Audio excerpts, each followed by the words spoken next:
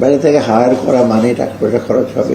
আর বাইরে থেকে যারা আসে তারা কিন্তু আবার কি জানি বলে পেডলিং করে যে আমার ফর্মটা ভালো। আমার কাছে কত লোক আসে, কত রকম সফটওয়্যার যে আমরা বাংলাদেশ ব্যাংকে এই করে দেবো ওই করে দেবো।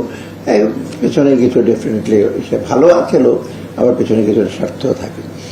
এটা একটা জিনিস আপনারা মনে রাখবেন যে এই ধরনের প্রোগ্রাম যেটা হলো সবার জন্য মঙ্গলজনক, যে ট্যাক্স দেবেন ব্যক্তি পর্যায়ে হোক কোম্পানি পর্যায়ে হোক, ব্যবসা বাণিজ্য সব। দ্বিতীয়ত যে কালেক্ট করবেন তাদের জন্য সুবিধা, সরকার পক্ষে যারা কালেক্ট করবেন যারা অফিসার আছেন তাদের জন্য সুবিধা। যে ড্রাজারি আপনি কালেক্ট করতে গেলে কত রকম কাগজ লিখতে হয়, কত রকম, এবং পরে কিন্তু অনেক সময় থ্যাঙ্কলেস হয়।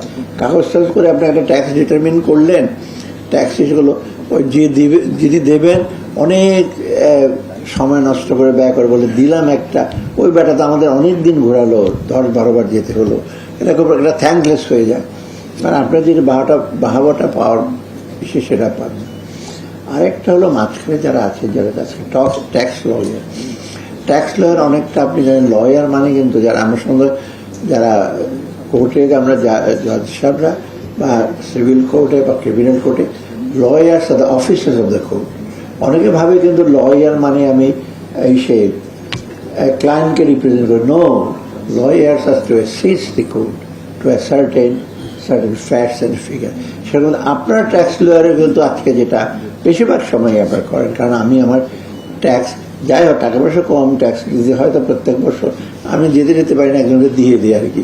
সে মাঝে মাঝে দয়া করে আমার কাছে নেয় না, আমি তো অ্যাটলিস্ট তুমি 1000-5 টাকা রাখো স্যার, আপনার কাছে টাকা নেবো না 1 টাকাও।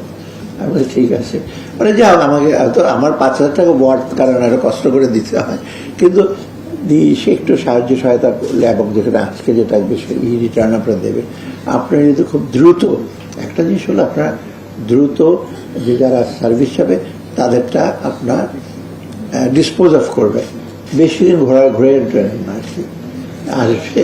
কারণ হয় কি আছে না, আমাদের কলেজে রসগোল্লা মাথার উপর দিলে খারাপ, এটা প্লেটে দিতে হবে, মাথার মধ্যে দিয়ে খা বেড়া তুই রসগোল্লা মাথার মধ্যে দিয়ে দিল। আপনারা যদি ক্লায়েন্টরে বলে বেটা আজকে আসো, কালকে আসো, পরশু আসো, এটা তো তার একটু হয়রানি হবে, তাই না? হ্যাঁ, যথাসম্ভব যখন আসতে করবেন, এই জিনিসটা আপনাদের অনুরোধ রইল। কারণ সেরকম আপনারা লয়ার সরকারকে একটু অন্ধকারে রেখেন না।